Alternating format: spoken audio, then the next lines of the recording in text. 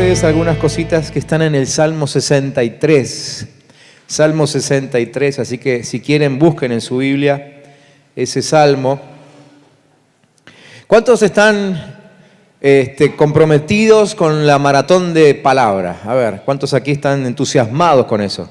¿Cuántos pueden decir que les está haciendo bien leer esos textos cada día, sí? Bueno, vayan preparando testimonios, porque yo creo que van a empezar a aparecer algunos testimonios de lo que la palabra de Dios hace entre nosotros. Hoy Marina, mi esposa, me preguntaba cómo hago para elegir los textos para cada semana. Porque ya estaba trabajando sobre la tercera semana y la cuarta semana. Y así que le dije un poco en chiste, pero un poco en serio, le dije revelación. Y yo creo que hay eso, porque la verdad es que yo no sé qué palabra se está necesitando en tu casa. Yo no sé cuál es la palabra que necesita tu corazón, salvo que uno venga y me la cuente y yo puedo más o menos discernir cuál es. Pero la verdad que quien sabe realmente qué palabra está necesitando cada uno de los cientos y cientos de miembros de esta iglesia, ese es nuestro Padre Celestial. ¿Sí? Así que sabrá Él lo que hace con la palabra que ustedes tienen en la tarjetita. ¿Sí? La verdad es que antes de armarla cada semana, oro al Señor y le digo esto mismo. Señor, que la palabra esta semana sea exactamente lo que cada uno necesita. ¿Sí? Así que espero que sigan entusiasmados y que cada día se entusiasmen más y que sigan aún tomando nota de lo que Dios va hablando y Dios va haciendo a través de su palabra, esa que leen cada noche, cada mañana, no sé a qué hora la leen en su casa, ¿sí? Pero no se desanimen. Y espero que cada semana se ponga todavía más entusiasmante. Amén. De paso, si se acuerdan, oren por mí, para que no me falte la revelación. ¿Sí? Bien, Salmo 63, ¿lo tienen ahí? Bien. El salmista David, este es un salmo de David, ¿sí? Dice: oh Dios, tú eres mi Dios. Yo te busco intensamente. Mi alma tiene sed de ti. Todo mi ser te anhela, cual tierra seca, extenuada y sedienta. Te he visto en el santuario y he contemplado tu poder y tu gloria. Tu amor es mejor que la vida. Por eso mis labios te alabarán. Te bendeciré mientras viva y alzando mis manos te invocaré. Mi alma quedará satisfecha como de un suculento banquete y con labios jubilosos te alabará mi boca. En mi lecho me acuerdo de ti, pienso en ti toda la noche. A la sombra de tus alas cantaré porque tú eres mi ayuda. Mi alma se aferra a ti, tu mano derecha me sostiene.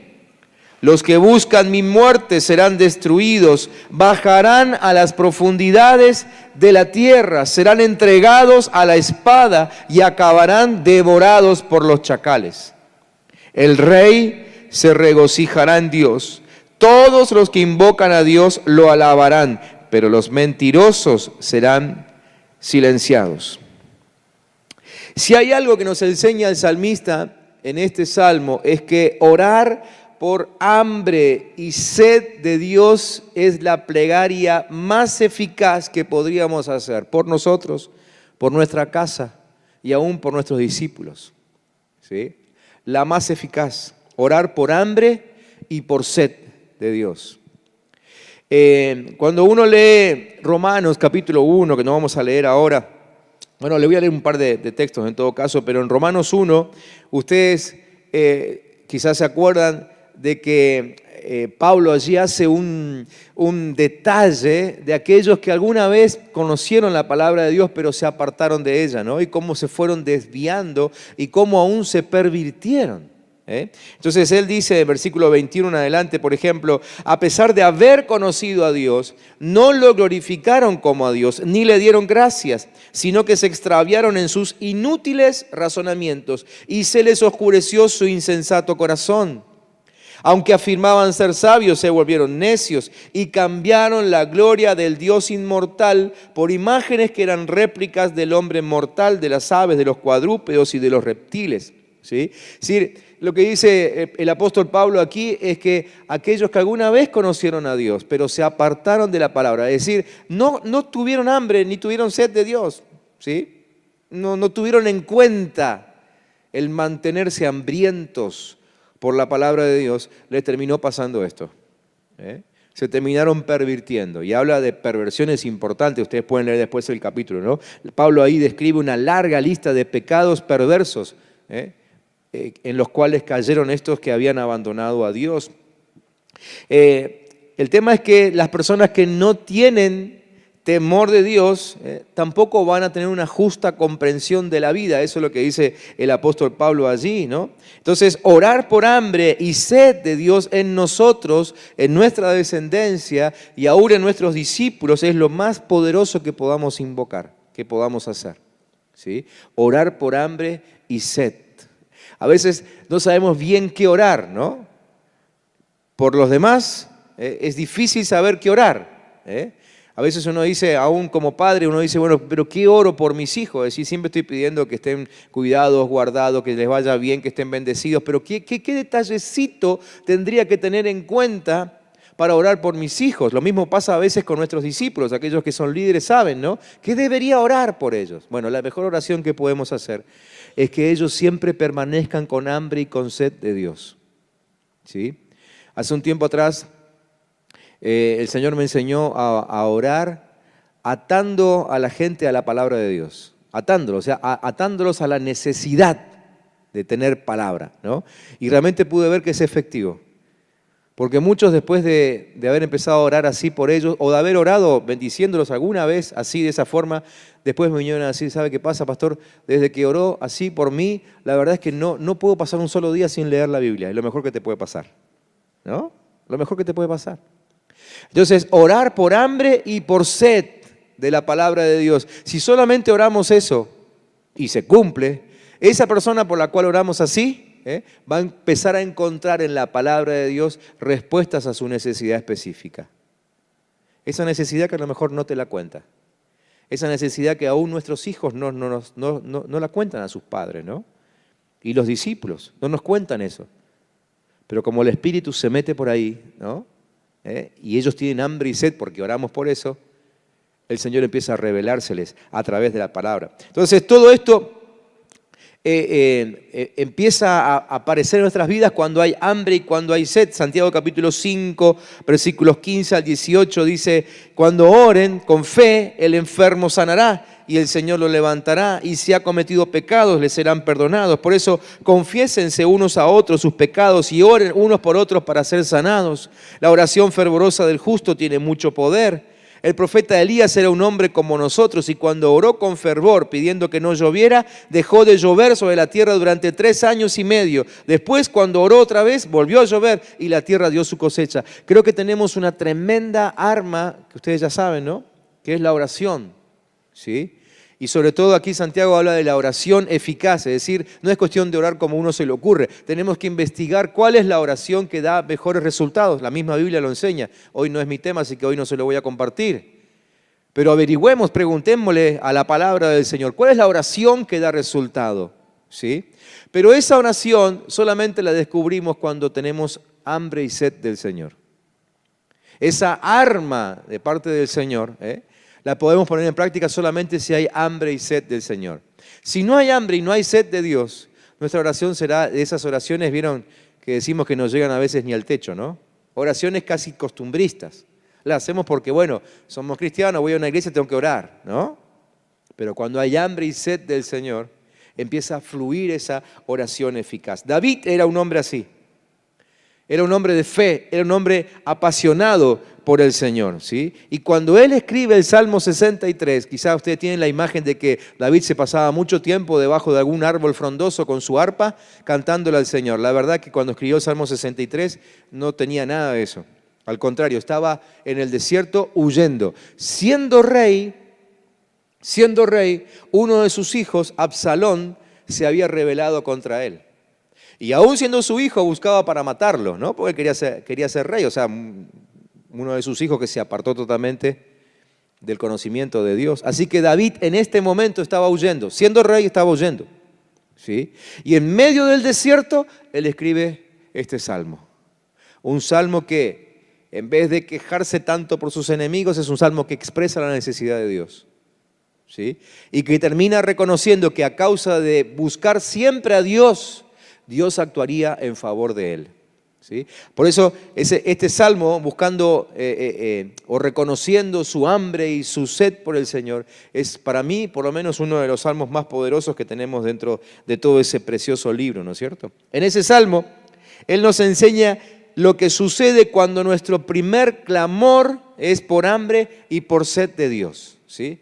Y fíjense, quiero que lo veamos juntos rápidamente, algunas cosas que se manifiestan cuando nosotros oramos con hambre y con sed del Señor, ¿sí? En primer lugar, se manifestará la decisión de que Dios va primero en nuestra vida, ¿sí? Cuando oramos con hambre y con sed, se manifiesta el Dios primero, algo que Jesucristo mismo nos dijo, ¿no? Que busquemos primeramente el reino de Dios. Bueno, él lo experimentó. ¿Y por qué él pudo experimentar que Dios era primero en su vida? Porque siempre, siempre mantenía el hambre y la sed por Dios. En el versículo 1 él dice: oh Dios, tú eres mi Dios y yo te busco intensamente. Mi alma tiene sed de ti y todo mi ser te anhela, como si fuese una tierra seca, extenuada, sedienta. ¿Se acuerdan que Jesús dijo: ama al Señor tu Dios con todo tu corazón, con todo tu ser, con toda tu mente? Bueno, David, sin haber leído lo que Jesús escribió, ya lo estaba experimentando, ¿sí? Así que evidentemente cuando Dios es buscado de esta forma, es cuando Dios se deja conocer personalmente. Por eso el salmista podía decir: mi Dios, ¿sí? Mi Dios, porque él lo buscaba así.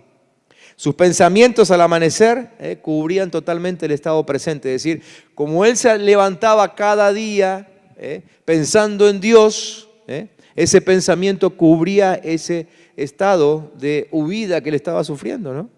Fíjese que le arranca el Salmo no hablando de la huida, no hablando del sufrimiento, sino hablando de la necesidad de Dios. Probablemente nosotros cuando arrancamos el día, y aún quizá después de haber pasado una noche en vela, arrancamos con queja, con sufrimiento, ¿no?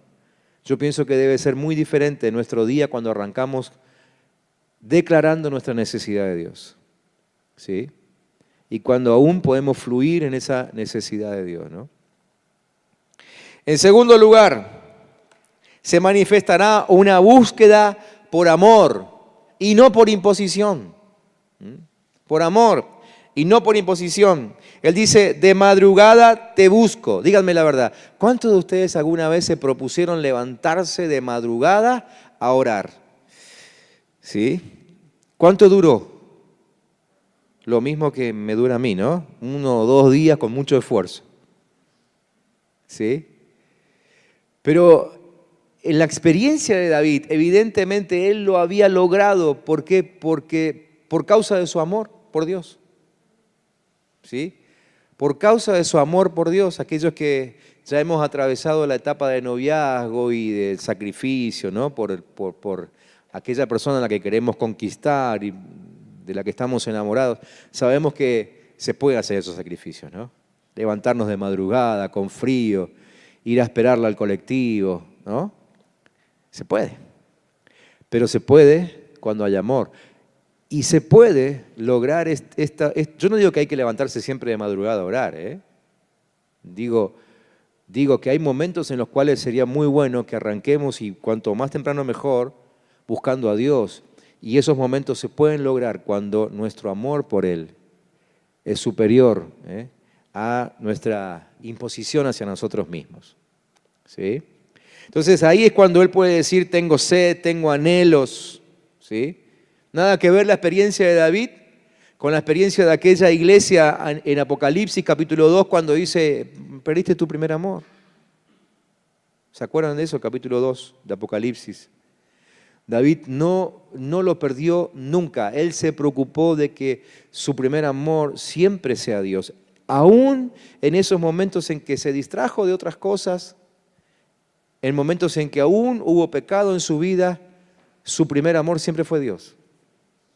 Y eso hizo que Dios pudiese hablarle y llamarle la atención y exhortarle, y él arrepentirse inmediatamente, ¿sí? A causa del gran amor que le tenía a Dios.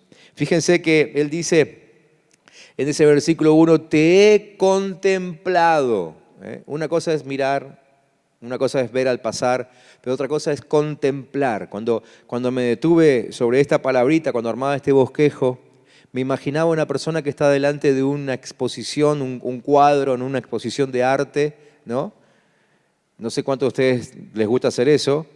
Yo he intentado a veces ponerme en ese lugar y digo, a ver qué le encuentro a este cuadro. Y, bueno, algunos cuadros lindos he visto, pero uno se para ahí y le busca el detalle, ¿no?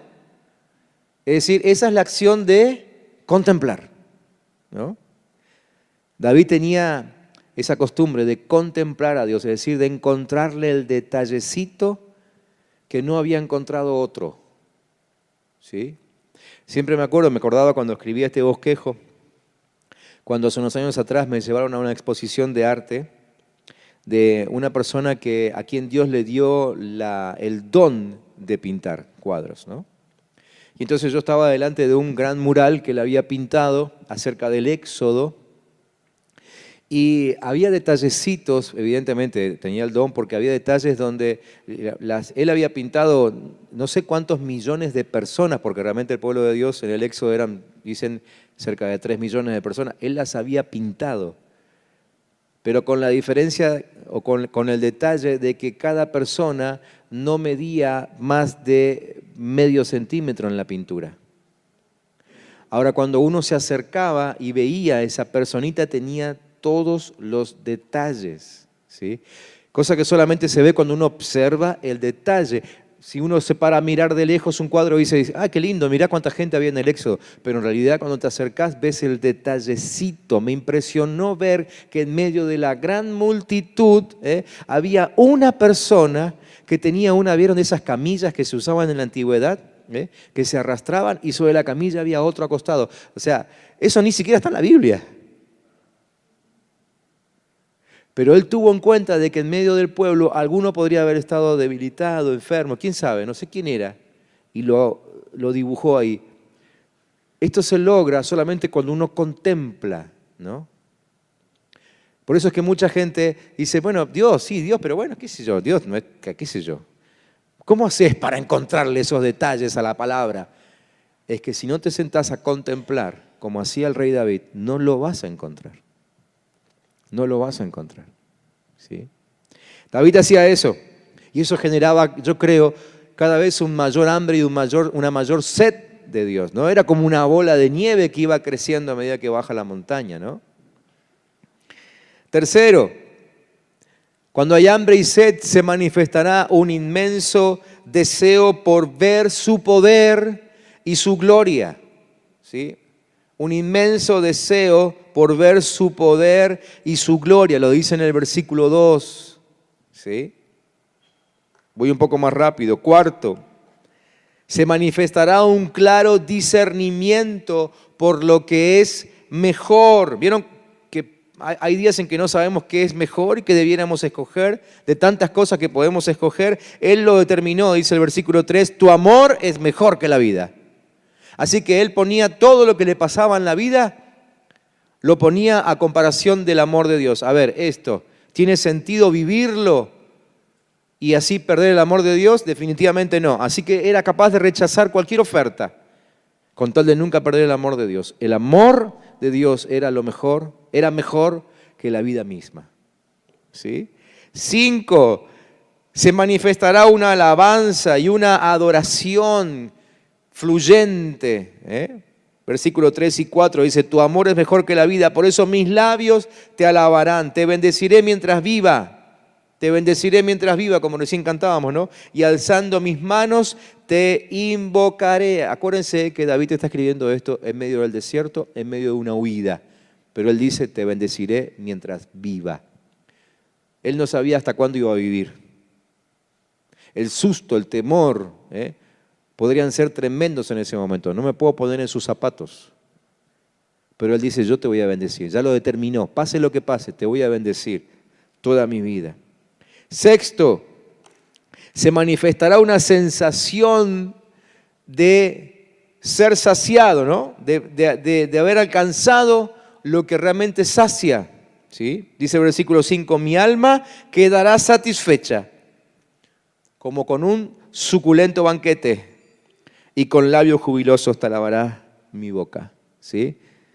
Debe ser difícil quedar satisfecho en el alma cuando uno está huyendo, pero él lo lograba a causa del hambre y la sed que tenía de Dios. 7, se manifestará un sentido de presencia omnisciente. ¿Sí? Dice, en mi lecho me acuerdo de ti, pienso en ti toda la noche. ¿Sí? Es decir, el recuerdo que él tenía del pasado en el cual Dios lo cubrió, le trae fortaleza para ese momento. En ese momento, él ya no está en el santuario. Vieron que él dice en un momento, te vi en el santuario, pero eso no fue ni ese día ni el día anterior. Él vio a Dios en el santuario en algún momento, y lo que vio de Dios en algún momento de su experiencia de adoración fue tan poderoso, fue tan fuerte, que hasta en ese momento de huida lo seguía fortaleciendo. Imagínense, o sea, nosotros cuando adoramos al Señor, debiéramos tener en cuenta que pueden venir momentos difíciles en los cuales vamos a necesitar una imagen poderosa en nuestra mente.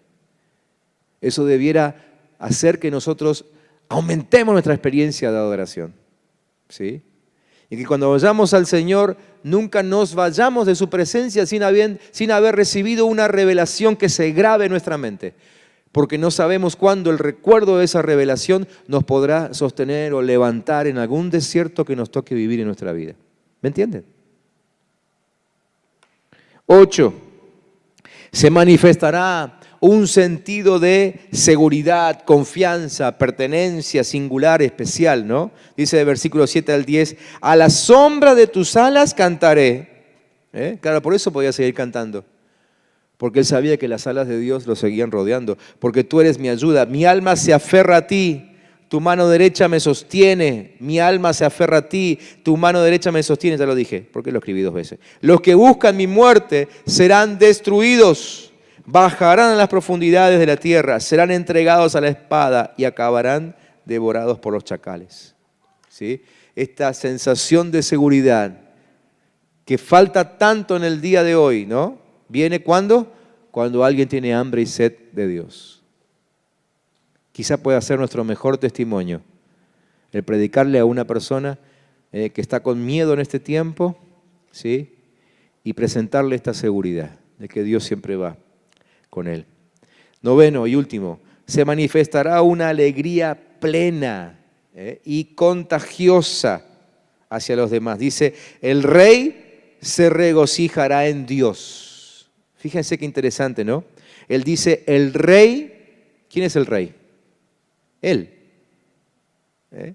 Él estaba huyendo en ese momento. Su trono estaba siendo atacado.